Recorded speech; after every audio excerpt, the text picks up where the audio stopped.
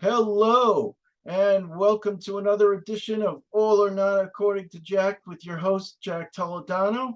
And as you can see, I have a special guest directly from Norway, Ove Rendum. How you doing, Ove? I'm doing fine, sir. Doing fine. Can you hear me across the pond? There's a little delay, but yeah, Oh, it okay. came true. How are you? What I'm time is doing it good, over sir. there, by the way? Huh? What time is it over there, by the way, right now? It's 10:30 p.m. Oh, okay.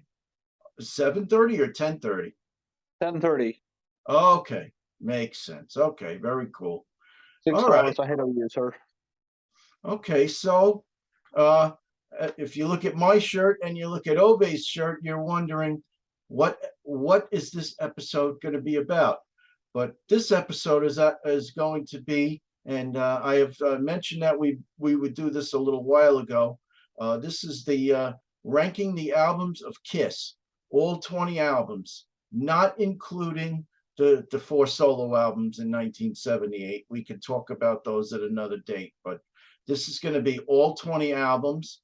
And what we're going to do is, because there's so many albums and there's a lot to talk about, we're going to split this into two episodes. So this episode, we're going to go album 20, ranked down to album 11. We're going to say our good nights. Then we're going to come back maybe in a couple of days, and we're going to do our top 10 Kiss albums. So, and what's very interesting is, so I have my Kiss shirt. This is from a show I saw back in in the 2000s, I believe, but 2010 or something like that. But and Ove's wearing a Judas Priest shirt. Now, the first time I saw Kiss, Judas Priest opened for them. This was 1979, probably what, a year or two before you were born. Yeah. You Wow. watched the first. You watched Dave Holland's first gig with Judas Yeah. Priest. Right. Yeah. Right. Because that was I saw the first show that they joined Kiss on that tour. It was September 1st, 1979 at nearby Nassau Coliseum. And I think they Yeah. toured with Kiss for a month. And they really enjoyed playing with Kiss. They've always complimented how professional Kiss was and how genuine and nice they were and how well they treated them. Rush said the same thing. Yeah. I So imagine Ace Frehley was fun to be around at that time. He was pretty funny. So unfortunately, we're going to have to talk about Kiss's worst albums first until we get down to their best ones. So, Yeah. Ove, without any further ado, uh, what I'm going to ask you to do is give me your 20 down to your number 16. So, go ahead. Yeah. Get through the worst part here. That's good. Then you only have the good stuff left. So I am going to start with my number 20, which is from 1987, I believe. It's Crazy Nights. Okay. I don't know. It for me. It sounds like a Paul Stanley solo album. Yeah. Well, there's a good reason for that because supposedly Gene Simmons was off making movies and doing a whole lot of other stuff, and he he just wasn't around for to help produce the album, and I think it caused a little, rift there for a little while. Paul was pissed, but so Also, he I ended did. up, yeah. Also, I didn't know, but it seems like I think I read that most drums that were recorded was using a drum machine. Hmm, So that's Eric quite Carr played possible. live, but it was faster to just use a machine in studio. I guess I don't know. Yeah, I don't like that, but it is what it is. Yeah. Number 19 is I don't know. Some people like it, some people don't. I'm part of the people that don't, and it's Hot in the Shade. Hot It's in the too shade. long. It's too long of album. It got too many songs. You should put out some of the songs as B-sides and singles. and I feel like the songs, I don't know, it pleases the ladies, I guess, because there's a couple of good ballads. And Wow, we're gonna have a difference of opinion there. Just letting you know. yeah, that's why we're But doing this. but that's okay. So That's why we're doing this exercise. yeah, but you were around, like actually like old enough to appreciate the music at the time. I'm, Right. I'm I came around a little too late. So for me, I don't know. It doesn't catch me. It's what it is. Okay. And number 18 is probably gonna be something you and me gonna argue about, but I put on Carnival of Souls. Okay. No, that's fair. I mean, That- I like the album. I think it's good songs. Is it Kiss songs? That's a different question. It's good songs, but is it Kiss songs? Right. That's where I kind of have to split the hair in a way because they're Well, good it was songs, but I'm like, it was at a time that grunge was getting just a little past its prime, but yeah. I think they I tried to think make the a album run was out a of it. long time in making, wasn't it? Yeah, It was recorded over a long period of time. but also that was an album that they recorded it and then they held it over because of the fact that Kiss had just gotten back together with Peter and Ace after that unplugged concert, which I loved, by the way. It's one of the best ever. Yeah, It truly is. yeah, You got good rock and roll, and you got humor, and you got it's just like our best buddies sitting and having fun, and that right, shows so well in that show. right. Number 17, I seem to be stuck in a period here because number 17 is revenge for me. Okay, all right. I mean, I like Unholy and I like Domino. I like Domino better on Unplugged, as you just mentioned Unplugged, because Domino Unplugged is Yeah, fantastic. yeah, it is. It really is. It's not too It's shabby even when it's played electric as well, but yeah. It's just I guess it's the Gene's intro of the song and the way he's just so cool on that. yep. It sticks on the mind. And number 16 and the final for this round for me is Asylum. Asylum. Okay. And let's see where I have Asylum. Asylum for me is the beginning of the solo era for me in a way because it's Asylum and Crazy Nights. They could be in a double album, Right. give or take. Mhm. I don't think the guitar player. Who's the guitar? Mark's. Is it Mark? That's the. Mark St. John, who was with them for a very short period of time. He actually so they went so after they recorded the album, they went on tour, and after like maybe a couple of concerts, he had to stop because he had this really bad arthritis or phlebitis or whatever it was called in his hand, and he couldn't play. So Yeah. that's when they ended I up don't. bringing in, was it Bruce Kulick, I believe? I think. Yeah. Yeah. Yeah.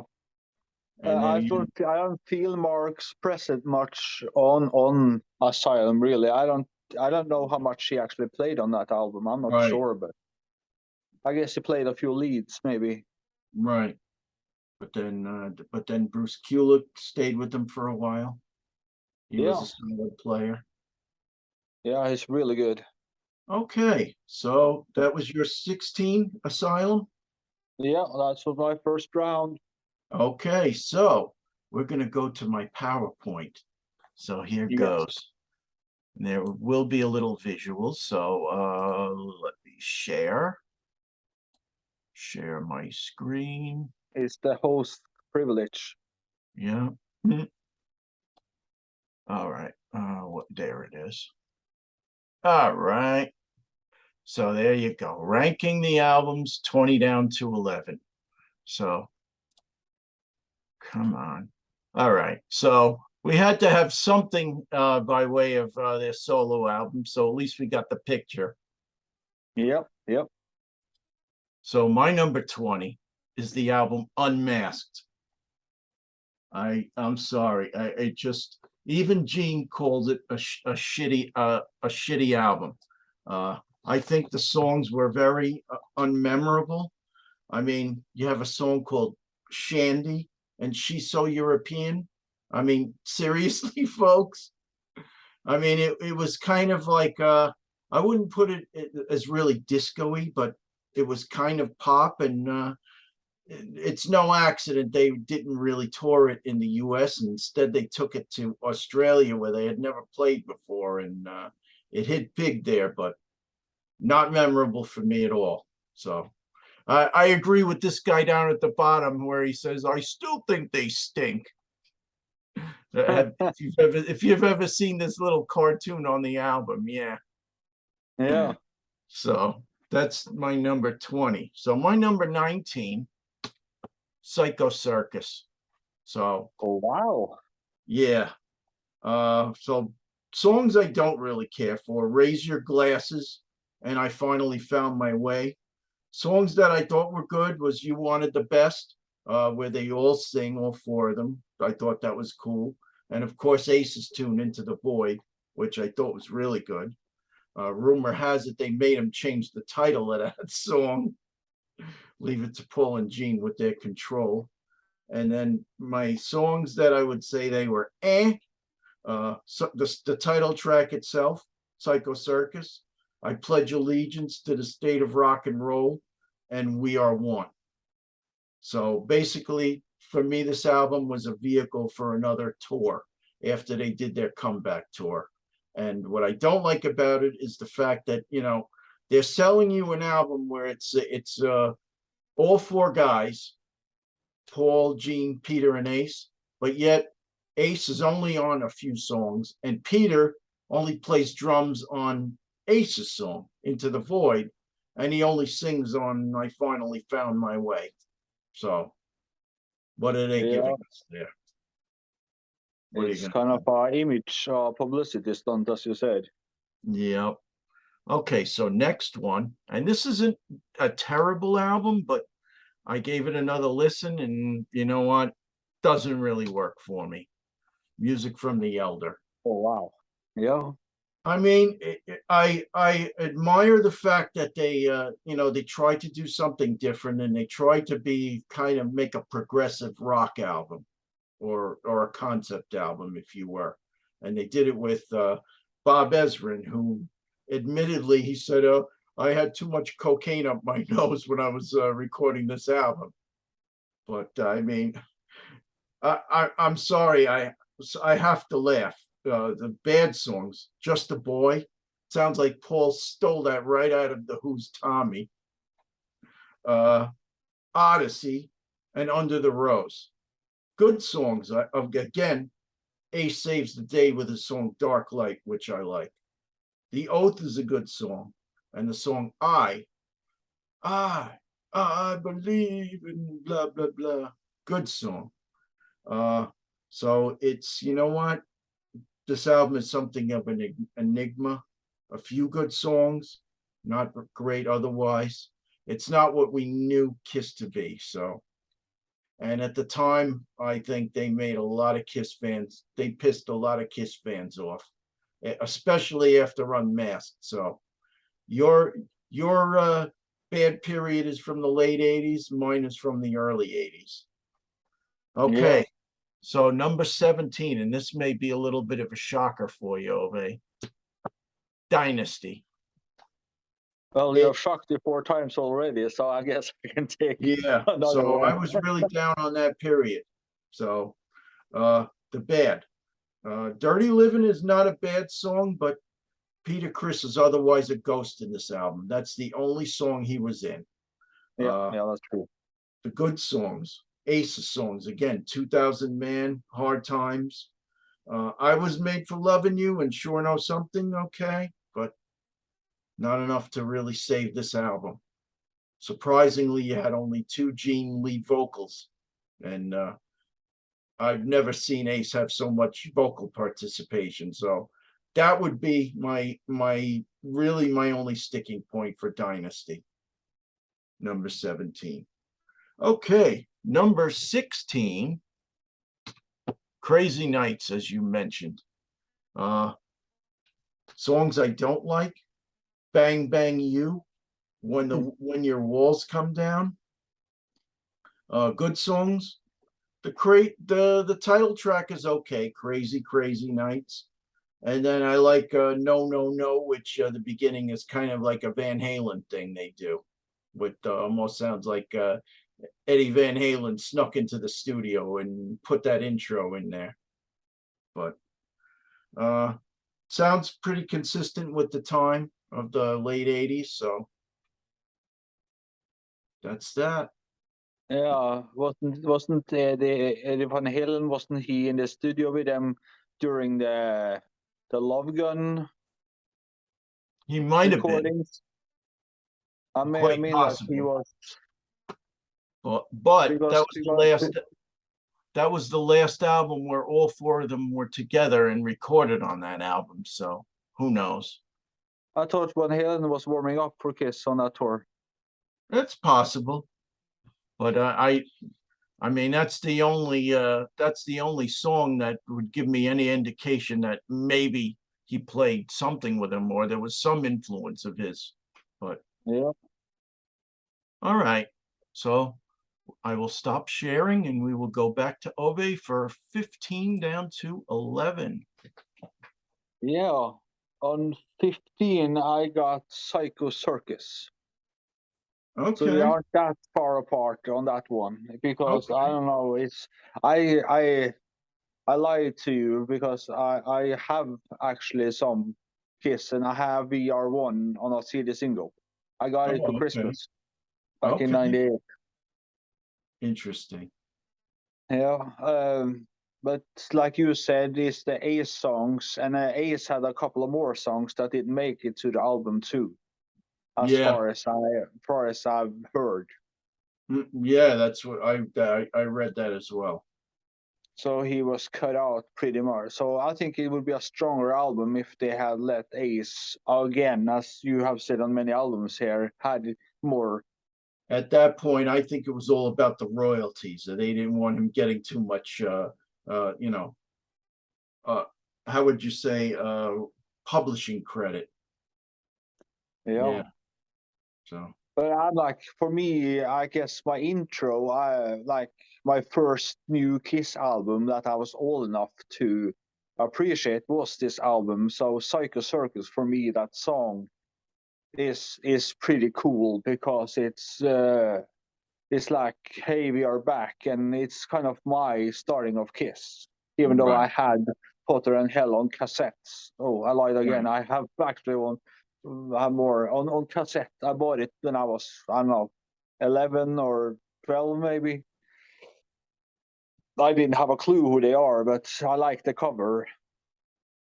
Okay. Very cool.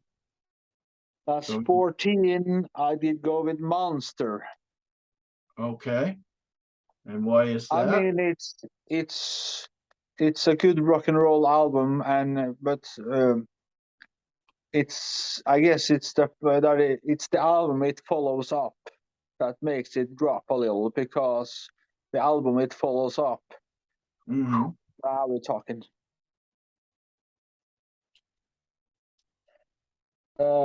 Next one, 13, Animalize. Interesting. Okay. I think we're starting to see some, or you're gonna start to see some similarities. So when you get to Yeah, know. I wish Animalize had Vinnie Vincent on guitar. I really wish that, because Vinnie Vincent was a good addition to the band. He He was, fit but it in. He played great leads, but his personality, I guess, was.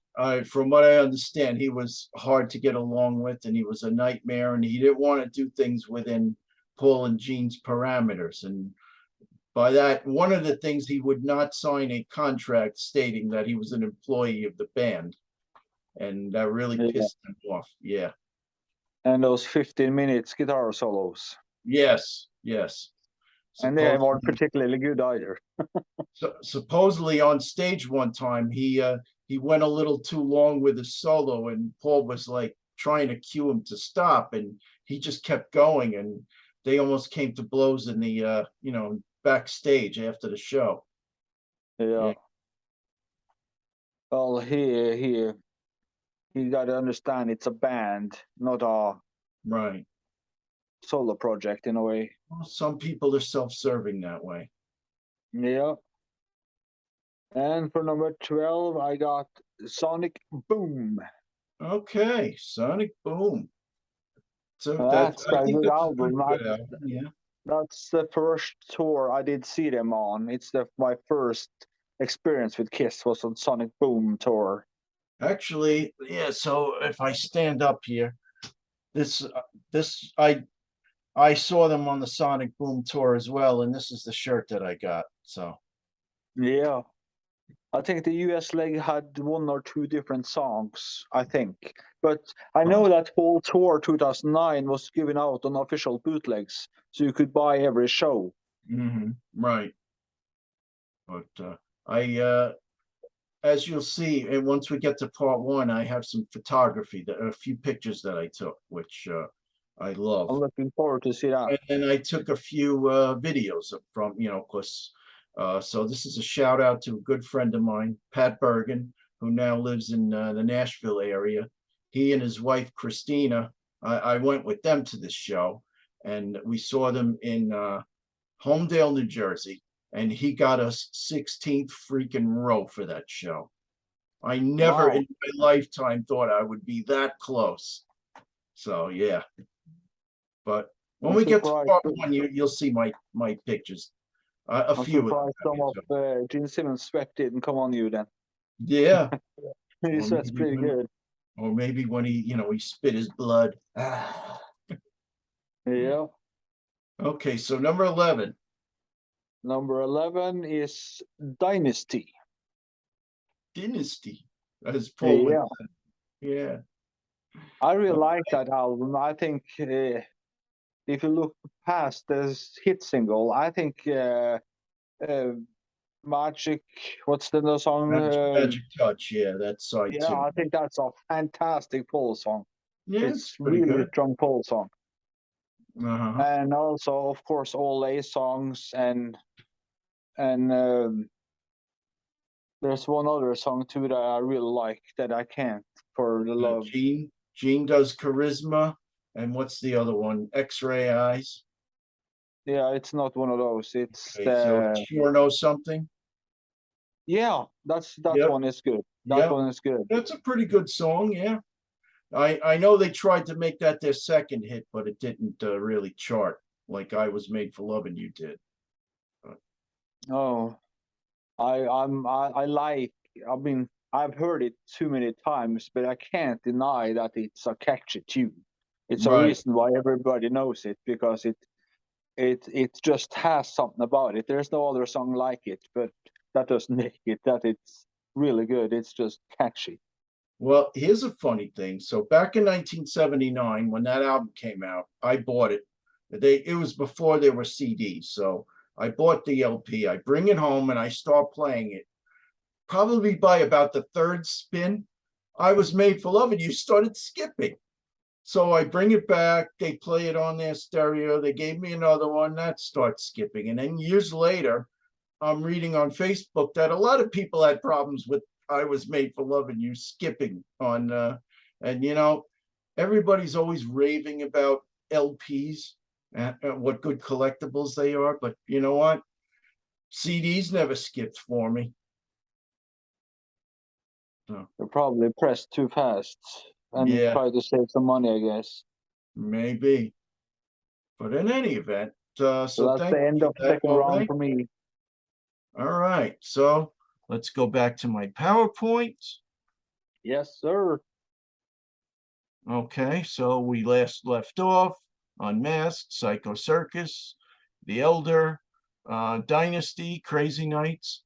Okay, so next, 15, Asylum. So, couple of songs that I kind of like. Well, songs that I do like: Tears Are Falling, I'm Alive, Radar for Love. The song I don't like, All Night. Okay, King of the Mountain, any way you slice it. I think it's an okay album, just nothing really stands out for me. So that's Yeah. a 14, Animalize.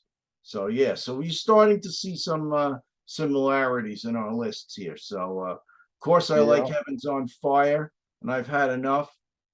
Burn Bitch Burn, Get All You Can Yeah. Take. Not really a bad album, especially for avid Kiss fans. It's just that there are others that are better. Yeah. So that's Animalize number 14. Number 13, very much like you, I had Monster. So now Monster's a pretty good album. Uh, really the only song I didn't care for was Eat Your Heart Out. I liked Heller Hallelujah, Wall of Mm-hmm. Sound, Long Way Mm-hmm. Down. The Devil Is Me, I thought was really good. That was a good Gene tune.